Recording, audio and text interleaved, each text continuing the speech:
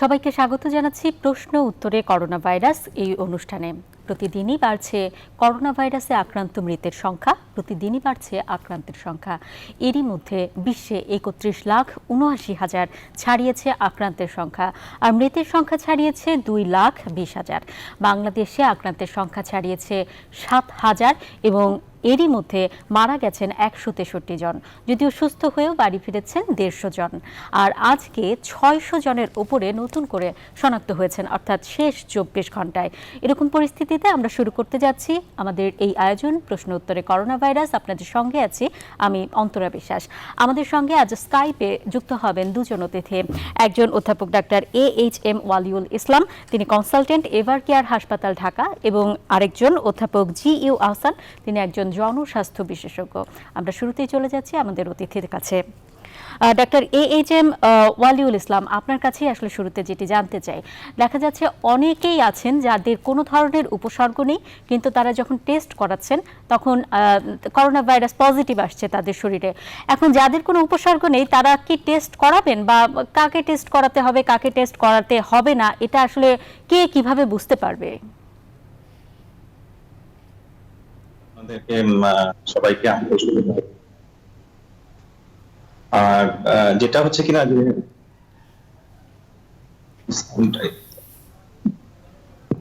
আমরা শুনতে পাচ্ছি আপনার কথা। যেটা হচ্ছে কি যে আপনারা জানেন যে 80% পেশেন্টের অ্যাসিম্পটোমেটিক থাকে। এটা হচ্ছে একটা মানে বড় সমস্যা আমাদের, কারণ আমরা যখন এই 80% পেশেন্টকে পাচ্ছি তারা মানে অ্যাসিম্পটোমেটিক আর দেয়ার ক্যারিয়ার, এবং এনাদের অধিকাংশ ক্ষেত্রে দেখা যাচ্ছে যে নেগেটিভ আসছে, এবং এনারা যখন মানে ক্যারিয়ার হিসেবে কাজ করছেন তখন বাইরে যখন সামাজিক যোগাযোগ বা কর্মক্ষেত্রে যাবেন বা ভাষার বাইরে হবে, তখন কিন্তু এনারা কিন্তু ডিজিজ স্প্রেড। এটা একটা মানে আমাদের জন্য বেশ মানে চিন্তার ব্যাপার এই গ্রুপ অফ পেশেন্ট, কারণ বাকি যে 20% তার মধ্যে 15% আপনার সিম্পটম দেয়, সেটা আপনারা সবাই এর মধ্যে জেনে গেছেন। তবে নতুন নতুন কিছু সিম্পটম এসছে, আমি সেটা বলবো। আর বাকি যেটা 5% তার মধ্যে পার্সেন্টেজের হচ্ছে হয়তো হাসপাতালে ভর্তি হতে হয়, যারা শ্বাসকষ্ট অক্সিজেন থেরাপি দেওয়ার দরকার হতে পারে, হয়তো ডায়ালিসিস দরকার হতে পারে। আর যেটা কিনা ক্রিটিক্যাল যারা 3% বা 3%-এর উপরে যেটা, তাদেরকে আবার ভেন্টিলেটরি সাপোর্ট।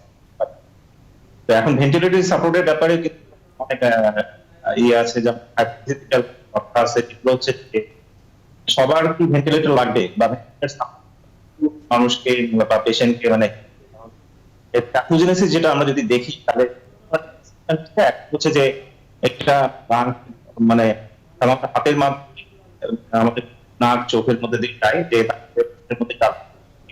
এরপরে এটা হচ্ছে ফুসফুসে, এবং ফুসফুসে যখন যায়, ফুসফুসে যে নিউক্লিয়াস আছে সেটাতে রিসেপ্টর মানে তারপরে সেলের ভিতরে যায়, তখন ভাইরাসটা কিন্তু মাল্টিপ্লিকেশন মানে কিন্তু মানে কে টেস্ট করাবেন কে টেস্ট করাবেন না, মানে কিভাবে বোঝা যাবে যে টেস্ট করাতে হবে?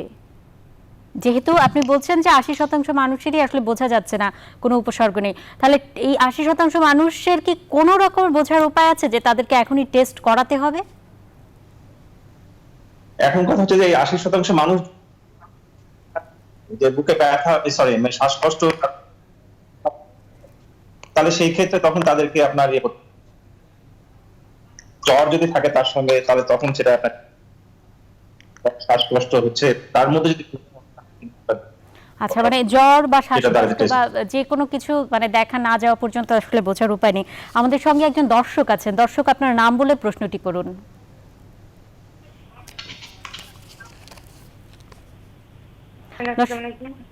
ওয়ালাইকুম আসসালাম। আমি ঢাকা থেকে বলছি, রানীগঞ্জ থেকে। জি, আপনার প্রশ্নটি করুন। আমার প্রশ্ন, আমার অনেক দিন ধরে জ্বর, প্রায় 3 মাস ধরে শুধু জ্বরই আসে দুপুরে, খুব জ্বর আসে দুপুরেই, আর সারাদিন না। আচ্ছা, আপনাকে অনেক ধন্যবাদ।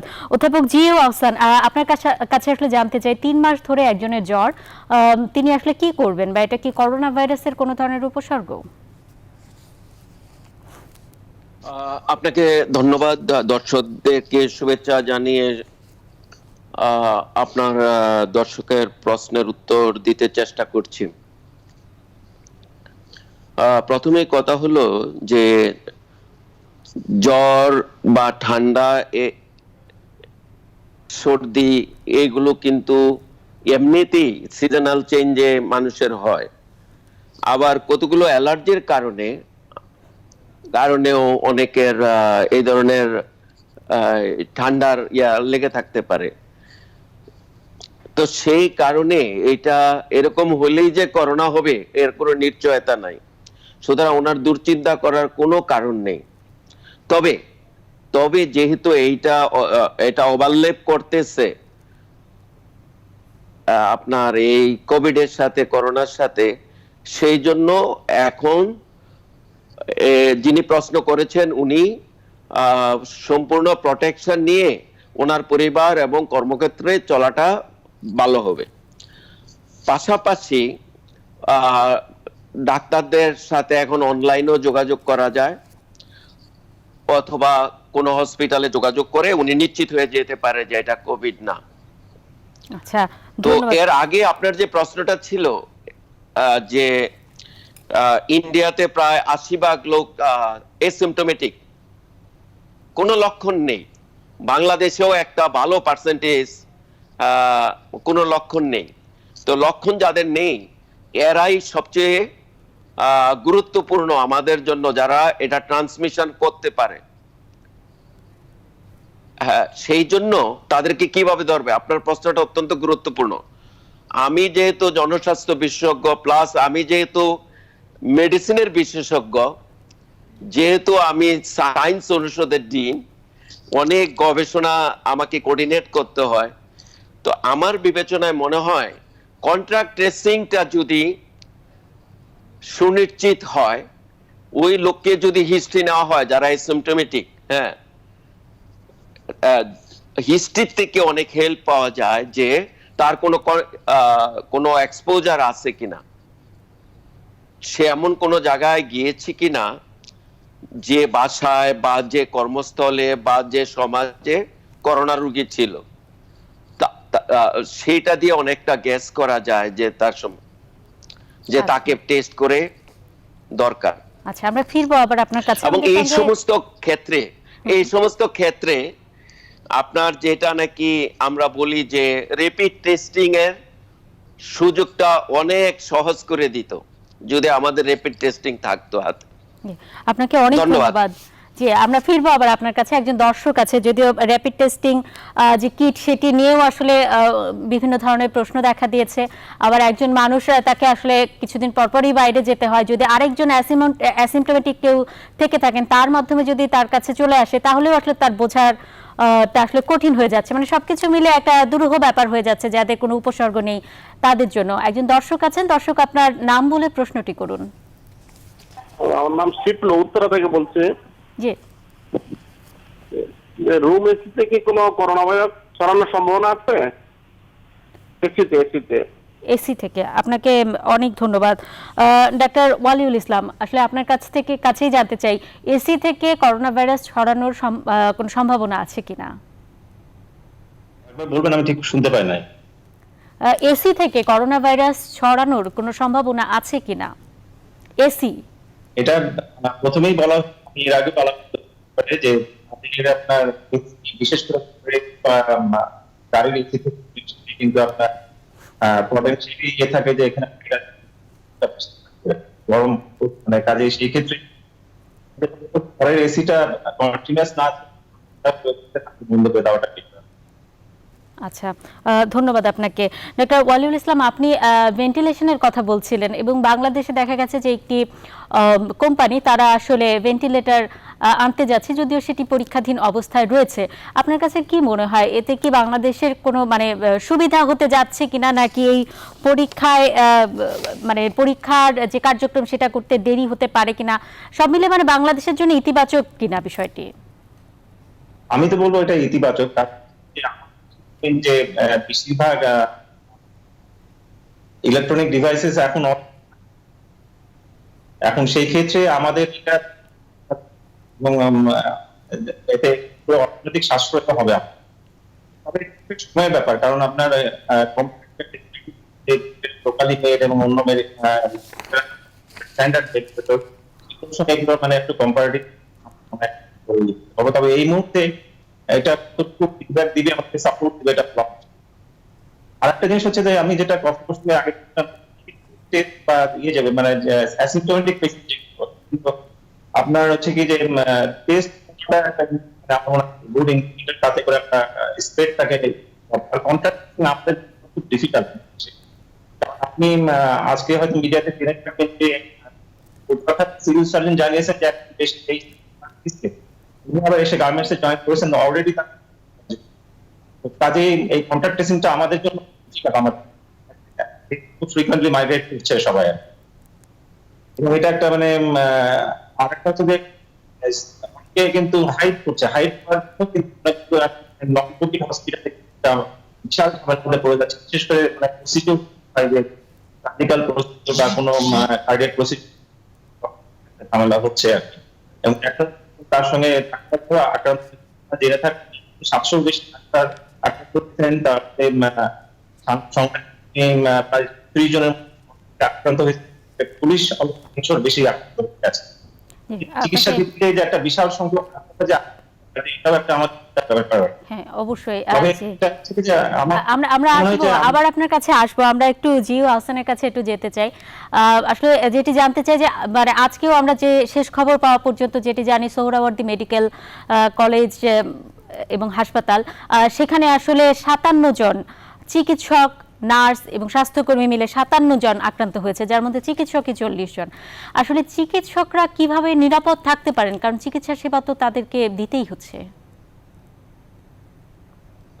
অনেক গুরুত্বপূর্ণ কোশ্চেন রুকসানা, অধ্যাপক জিও আহসান, আপনাকে ধন্যবাদ। যে একটা জি এটা আমাদের জন্য অত্যন্ত দুর্ভাগ্যজনক। আমরা মনে অনেক কষ্ট নিয়ে বলছি মেডিকেল প্রফেশনাল হিসেবে যে সেবা দিতে যে তারা আক্রান্ত হচ্ছে, সারা পৃথিবীতে হচ্ছে, কিন্তু এত বেশি হারে কোথাও হচ্ছে না। তো এটার যে কারণগুলো এগুলো সবাই জানে। এটার কারণ হলো যে ভালো প্ল্যান যদি সরকারের একটা থাকতো, একটা গুড প্ল্যানিং যদি থাকতো আগের থেকে, যে মেডিকেল টিমটা টোটালি কিভাবে রেডি করব, এবং তাদের যে পার্সোনাল প্রোটেকশন ইকুইপমেন্ট এবং ওই মানের আগের থেকে যদি বিশ্বমানের জিনিস সেখানে আমদানি করা থাকতো, তাদের ট্রেনিং থাকতো, তাদের ভালো ডেমনস্ট্রেশন থাকতো যে কি করে এগুলো পড়বে, কি করে কাজ করবে, তাহলে হয়তো আজকে এই রেটটা এইভাবে হতো না। আচ্ছা, এবং আমরা ভয় পাচ্ছি সামনে এগুলো আরো দেখতে পাবো। এখন ডাক্তাররা, আজকে কয়েকজন ডাক্তারের সাথে আমি কথা বলতেছিলাম, ডাক্তাররা এখন ডাবল মাস্ক পরে, ভিতরে N95, উপরে হলো সার্জিক্যাল মাস্ক। তার মানেটা কি? তার মানেটা হলো যে সাপ্লাই গুলা দেওয়া হচ্ছে এগুলার কোয়ালিটি নিয়ে কোশ্চেন আছে, যার জন্য ডাক্তাররা ভয় পাচ্ছে, কারণ তার বন্ধু আজকে ইনফেক্টেড হয়েছে, কালকে সে হয়ে যায় কিনা। তবে আমি ডাক্তারদেরকে বলবো যে আপনারা তো একজন নিবেদিত প্রশিক্ষিত লোক, আপনারা নিজেরা ফুল প্রোটেকশনটা নিয়ে যান। হ্যাঁ, অনেকে 2টা মাস্ক পরতেছে, হ্যাঁ, অনেকে ডাবল প্রিকশন নিচ্ছে, এটাতে কোনো অসুবিধা নেই। আচ্ছা, তার মানে ডাবল এই প্রিকশন, জায়গাটাতে যারা কর্তৃপক্ষ তারা ভালো করে নজর দেওয়া উচিত। আচ্ছা, ধন্যবাদ আপনাকে। আমরা ফিরবো আবার আপনাদের কাছে। দর্শক, নিচ্ছি ছোট্ট একটি বিরতি, নিশ্চয়ই সাথেই থাকবেন। দেখছেন প্রশ্ন উত্তরে করোনা ভাইরাস।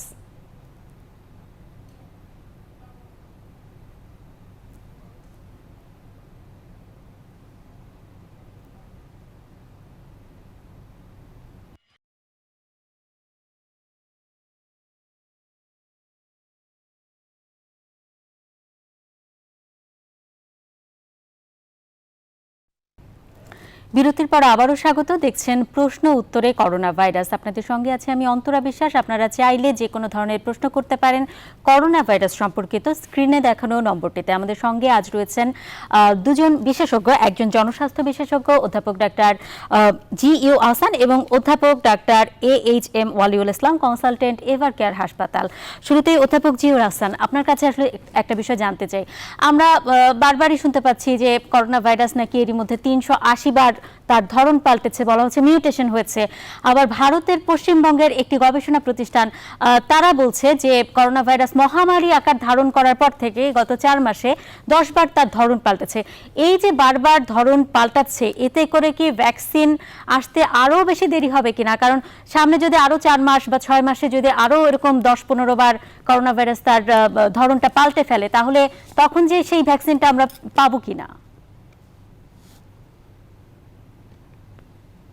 অত্যন্ত গুরুত্বপূর্ণ একটা কোশ্চেন করার জন্য আপনাকে অনেক ধন্যবাদ। ভ্যাকসিন ডেভেলপমেন্টের জন্য বড় চ্যালেঞ্জ হচ্ছে এই কোভিড-19 এগেইনস্টে, যে এইটা হিউম্যান সেলে স্পাইক দিয়ে বসার পরেই সে একটা কাজ করে যে তার জেনেটিক কোড চেঞ্জ করে, এবং জেনেটিক কোড চেঞ্জ করে অসংখ্য নাম্বার রিপ্লিকেট ভাইরাস তৈরি করে উইথ ডিফারেন্ট ক্যারেক্টার। অরিজিনালি যে হিসেবে ঢুকছিল, পরে যে হিসেবে সে ব্যবহার করে, এটা দুই মুখ মানুষের মতো। এটা ডেঞ্জারাস। যার জন্য যখন একটা ক্যারেক্টারকে সামনে নিয়ে ভ্যাকসিন ডেভেলপমেন্ট শুরু করে, মেন হোয়াইল সে আবার হিউম্যান টু হিউম্যান বিভিন্ন চেঞ্জের পরে সে আবার অন্য রূপে চলে যায়। তো আমি যে প্রটেকশন যেই জিনিসের এগেইনস্টে করলাম, ভ্যাকসিন ডেভেলপ হলো, সেটা তো পরে কাজ করতে পারে না। তবে এখন কিছু কিছু বিশ্ববিদ্যালয়, প্রায় 100 উপরে বড় বিশ্ববিদ্যালয়, ইনস্টিটিউশন ওয়ার্ল্ড ওয়াইড ভ্যাকসিন ডিসকভারিতে নেমে গেছে। এর মধ্যে যারা এই রেসের সামনের দিকে আছে, আপনার ইউকের অক্সফোর্ডের প্রফেসর সারার টিম, তারপরে জার্মানি, অস্ট্রেলিয়া, চায়না, ইউএস, এরকম অনেক ইউরোপ, অনেক কান্ট্রি, কিন্তু ইনক্লুডিং জাপান, তারা আগায় আছে। তারা এখন ওই যে জেনেটিক কোড চেঞ্জ করে ওইটা মাথায় রেখেই আপনার ক্লিনিক্যাল ট্রায়াল ভ্যাকসিন ডেভেলপমেন্ট শেষ করেছে সফলভাবে। এখন হিউম্যান ট্রায়াল শুরু হয়ে গেছে। হিউম্যান ট্রায়ালে যদি ওই জিনিসটা প্রমাণ হয় যে তার ভ্যাকসিনের কার্যকারিতা, সেফটি এবং ইফিকেসি, যেটা কার্যকারিতা বলে, ঠিক আছে, তাহলে সারা ওয়ার্ল্ডের জন্য সবচেয়ে ভালো খবর আসবে। আমরা সে আশায় থাকব, কিন্তু এইটা কখনো কোনোভাবেই বছর খানেকের আগে আসার সম্ভাবনা নাই। আচ্ছা, ধন্যবাদ আপনাকে ডক্টর এইচ.এম. ওয়ালিউল ইসলাম। আপনার কাছে আসলে জানতে চাই, যদি 1 বছরের মধ্যে ভ্যাকসিন নাই আসে, তাহলে বাংলাদেশের বর্তমান যে পরিস্থিতি, বলা হচ্ছে যে বাড়ছে এবং আজকে 600-র উপরে আক্রান্ত হয়েছে। অনেক দিনে আমরা দেখতে পাচ্ছি যে আক্রান্তের সংখ্যা আগের দিনে চাইতে বাড়ছে, বা খুব কম হলেও সেটা 400-র উপরে এখনকার যে পরিস্থিতি। তো আসলে যদি 1 বছর লাগে, তাহলে বাংলাদেশের কি ধরনের প্রস্তুতি গ্রহণ করা দরকার? দেখুন, আমাদের যেটা হচ্ছে কি, প্রথমে যে একটা লকডাউন করার যে আইডিয়াটা ছিল, সেটা হচ্ছে কি সবাইকে আশ্বস্ত করে দিয়ে তার সিকিউরিটি কতটুকু সেটা করা, প্লাস ট্রেসিং করা, তাতে করে হচ্ছে কি যে আমরা বাসায় আবদ্ধ ছিলাম আর কি। কিন্তু স্বাভাবিকভাবে আমাদের করে এবং চিন্তা করে আমাকে আস্তে আস্তে একটা চিন্তা ভাবনা অলরেডি আপনারা দেখে থাকবেন মিডিয়ায় আর কি। তো সেইটা যদি চিন্তা করি আমরা, আমাদের তো আগের হয় নাই, এক সংখ্যা বেশি হচ্ছে থেকে আমরা পাচ্ছি, মানে আক্রান্তের সংখ্যা, এটা মনে করি এটা আমাদের আগের থেকেই আমাদের হয়তো একটা লিমিটেশন, আমাদের ওইরকম পিকের সুযোগ ইনিশিয়ালি ছিল না, ফলে এখন হয়তো আগামীতে জানতে 7 দিনের মধ্যে আমরা হয়তো আচ্ছা, তখন সেটাতে আমরা আরো কিন্তু জানতে পারবো যে আমাদের এবং বিশেষজ্ঞরা যেটা মনে করছেন সেটা হচ্ছে যে আগামী আর কি, এবং তারপরে আমাদের দেখতে হবে যে আমাদের বিজনেসটা কিরকম হয়, আমাদের আক্রান্তের সংখ্যা যদি কমে আসে, তখন আমরা আশা করি যে মে মাসের শেষের দিকে আমরা তখন একটা ভাববো যে লকডাউন কোন স্টেজে যাব। মানে মে মাসের শেষ পর্যন্ত আসলে আমাদেরকে অপেক্ষা করতেই হচ্ছে। দর্শক, এবার একটু বিরতি নিতে হচ্ছে, নিশ্চয়ই থাকবেন আমাদের সঙ্গে।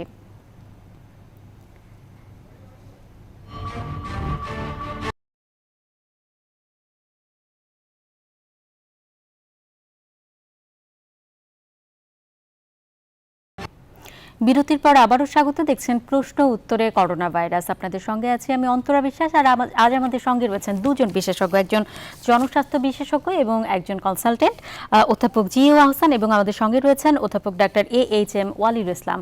ডাক্তার ওয়ালিউল ইসলাম, আপনার কাছে আসলে শুরুতেই একটা বিষয় জানতে চাই, সেটি হচ্ছে যে উপসর্গের কথা বলা হচ্ছিল করোনা ভাইরাসের বিষয়ে, সেই উপসর্গগুলোই কি রয়েছে, নাকি নতুন করে আরো কোনো উপসর্গ দেখা দিয়েছে?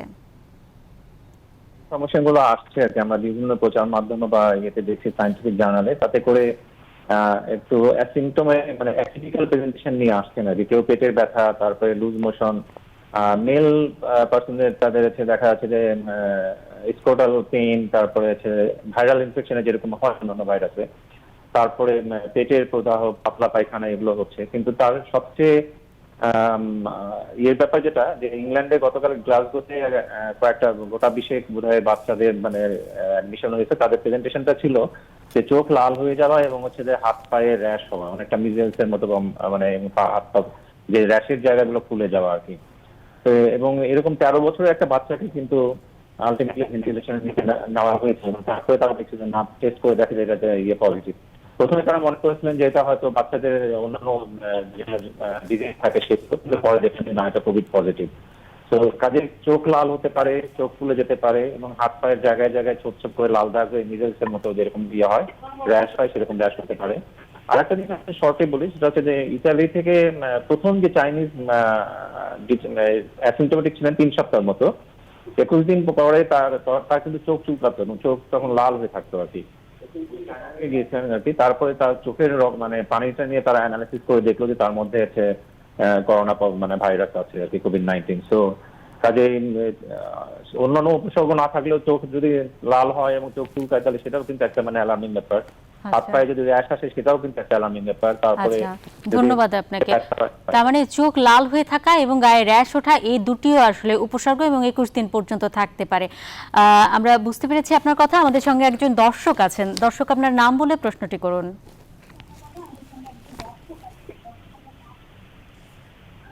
দর্শক, আমরা শুনতে পাচ্ছি। জি, আমি আজম, আমি একটা গার্মেন্টস ফ্যাক্টরি ওয়ার্কার।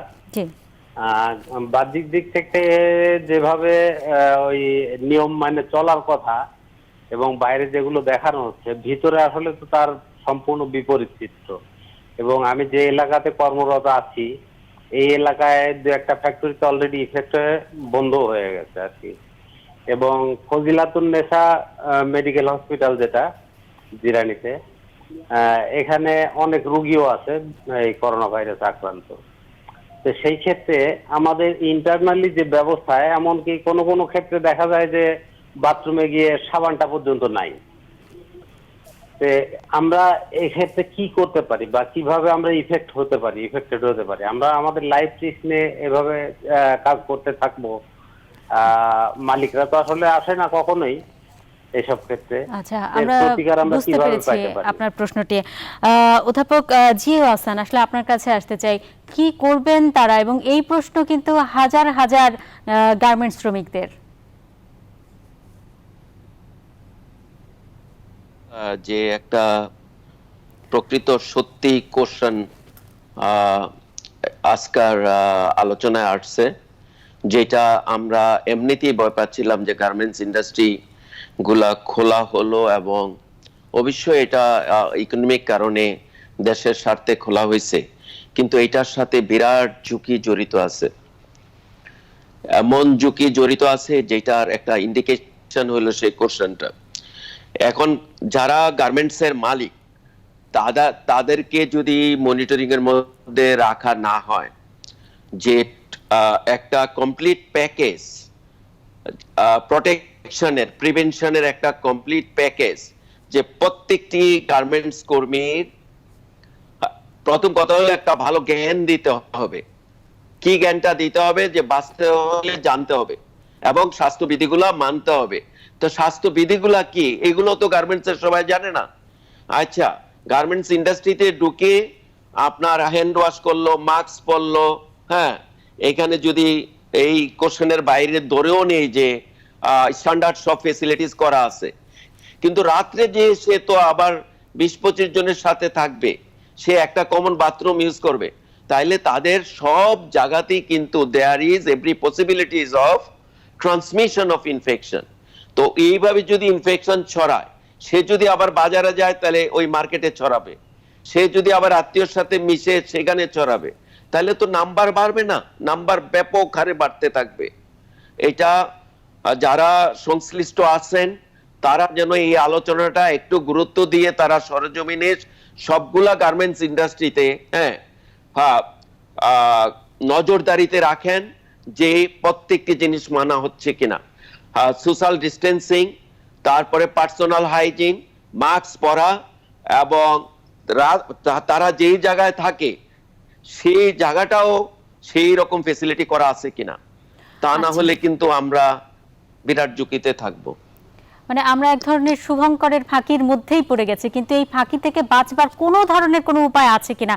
যদি একজন চান যে তিনি নিজে সুস্থ থাকতে চান এবং তাকে 20-25 জনের সাথেই আসলে ঘুমাতে হচ্ছে এবং গার্মেন্টসে কাজও করতে হচ্ছে যেখানকার বাথরুমের সাবান পর্যন্ত নেই, কোনো কি উপায় আছে যে এই মানুষ যারা আসলে কাজ করতে বাধ্য হচ্ছেন তারা আসলে নিজেদের যে প্রোটেকশন সেটি আসলে নিতে পারেন? কোনো কি উপায় আছে ডক্টর জিও হাসান? অন্তরা, এটার অবশ্যই উপায় আছে। উপায়টা হলো যে প্রতিটি মানুষ নিজের দায়িত্ব নিজে নিতে হবে। প্রথম কথা হলে যে একটা স্লোগান ছিল বাংলাদেশে যে বাঁচতে হলে জানতে হবে, আপনাদের মনে আছে কিনা? যে যখন নাকি HIV AIDS আসলো তখন বড় স্লোগান ছিল, জিও এনজিও সবাই মিলে কাজটা করেছিল, বাঁচতে হলে জানতে হবে। আজকে সেই স্লোগানটা আবার নতুন করে দিতে হবে যে প্রত্যেকটি লোকের জানতে হবে ভাইরাসটা কিভাবে ছড়ায়। এই ভাইরাসটা যে এয়ারবর্ন ট্রান্সমিশন হয় এটা WHO বারবার নোটিফাই করতেছে, কিন্তু প্রথম দিকে WHO আমাদেরকে মিসলিড করেছে যে সবার মাস্ক পরা লাগবে না। আপনাদের টক শোতে অনেকে বলেছে ওই জানালার খুপড়ি দিয়ে ডাক দিয়ে রোগী দেখে ফেলবে, এরকমও আলোচক আপনারা আপনাদের মধ্যে এনেছিলেন। এটা অত্যন্ত দুঃখজনক যে বিষয়ের লোক উনি না, এটা নিয়ে উনি ডাক্তারদেরকে প্রেসক্রিপশন দিচ্ছেন, বিনিময়ে আজকে আমার ডাক্তাররা আক্রান্ত হচ্ছে। এই গার্মেন্টস এর যে কোশ্চেনটা, এইটা শুধু একজন লোকের কোশ্চেন না, এটা ভাবতে হবে গার্মেন্টস এর সব লোকের কোশ্চেন। এটা জরুরি ভিত্তিতে এই যে কর্তৃপক্ষ প্রত্যেকটি গার্মেন্টস নজরদারিতে আনবে এবং তাদেরকে একটা সুশিক্ষা দিবে যে বাঁচতে হলে জানতে হবে। কি কি জানতে হবে, কিভাবে ছড়ায়, কি করলে ছড়াবে না, কি করলে সে প্রোটেক্টেড থাকবে। সাবান না থাকলে সে পকেটে সাবান নিয়ে আসবে, সে মাস্ক টাকা দিয়ে কিনে নিয়ে আসবে, তাকে তার জীবনটা অত্যন্ত গুরুত্বপূর্ণ। আচ্ছা, মানে নিজে টাকা দিয়ে সাবান কিনে নিজের সঙ্গে রাখতে হবে। আমরা একদম শেষ পর্যায়ে চলে এসেছি, আর আসলে কথা বলার একদমই সুযোগ নেই। আপনাদের দুজনকে অসংখ্য ধন্যবাদ আমাদের আমন্ত্রণ গ্রহণ করবার জন্য। অনেক কথাই শুনেছি, কিন্তু শেষ একটু কথা শুনতে চাই ডক্টর HM ওয়ালিউল ইসলাম, আপনার কাছ থেকে একদমই ছোট করে আপনি যদি বলতেন যে সাধারণ মানুষ আসলে কি করতে পারে এই মুহূর্তে। দেখুন, এখন সাধারণ মানুষের যেটা আছে করণীয়, যেটা আছে যে প্রফেসর হাসান সাহেব যেটা বললেন, বাঁচতে হলে জানতে হবে। কাজে সেলফ প্রোটেকশনটাকে আমাকেই নিজের ধরে নিতে হবে যে এখন যেহেতু আমরা স্টেজ 4-এ আছি অলরেডি, আমার আশেপাশে যারা আছে তারা সবাই কিন্তু কোভিড আমাকে মনে করে নিতে হবে। কাজে আমাকে সেভাবেই চলতে হবে, মাস্ক ইউজ করতে হবে আমাকে, এটা অবশ্যই, এটা যেন কোনো রকম ভাবে ভুল নয়। হ্যান্ড স্যানিটাইজেশন করা, তারপরে নিরাপদ দূরত্ব বজায় রাখা। আর গার্মেন্টস এর যেটা, এটা হচ্ছে যে মানে আজকের আলোচনার থেকে আমরা যেটা মানে আমার মনে হয় যে এটা হচ্ছে আমরা ভাইটাল পয়েন্টস পেলাম যে এটা একটা বিরাট ইস্যু, যেটা নিয়ে সামনে আরো আলোচনা করা যেতে পারে। সংশ্লিষ্ট যারা আছেন এবং মানে তারা হয়তো এটার ব্যাপারে দিক নির্দেশনা দিবেন এবং অবশ্যই তাদের প্রোটেকশনটা দিবেন, কারণ তাদের উপরেই কিন্তু আমাদের অর্থনীতি নির্ভরশীল। কাজে শুধু তাদেরকে নিয়ে আসলে হবে না, তাদের নিরাপত্তার বিধানটা এবং কিভাবে সেটা এক্সিকিউট করা যায় সেটা স্ট্রিক্টলি তাদেরকে হ্যান্ডেল করতে হবে আর কি। কাজে নেগলিজেন্সি এখানে অ্যাকসেপ্টেবল মনে হয় না, ঠিক মানে করা উচিত হবে আর কি কাজের জন্য। আচ্ছা, আপনাকে অনেক ধন্যবাদ। দর্শক, আপনাদেরকেও অনেক ধন্যবাদ এতক্ষণ আমাদের সঙ্গে থাকবার জন্য। প্রতিদিন রাত 11টায় হয় প্রশ্ন উত্তরে করোনা ভাইরাস। নিশ্চয়ই প্রতিদিনই আপনারা থাকবেন আমাদের সঙ্গে, এবং করোনা ভাইরাসকে ঘিরে কোনো প্রশ্ন থাকলে সেই প্রশ্ন করবেন আমাদের এই অনুষ্ঠানে। আজকের মতো এ পর্যন্তই। শুভরাত্রি।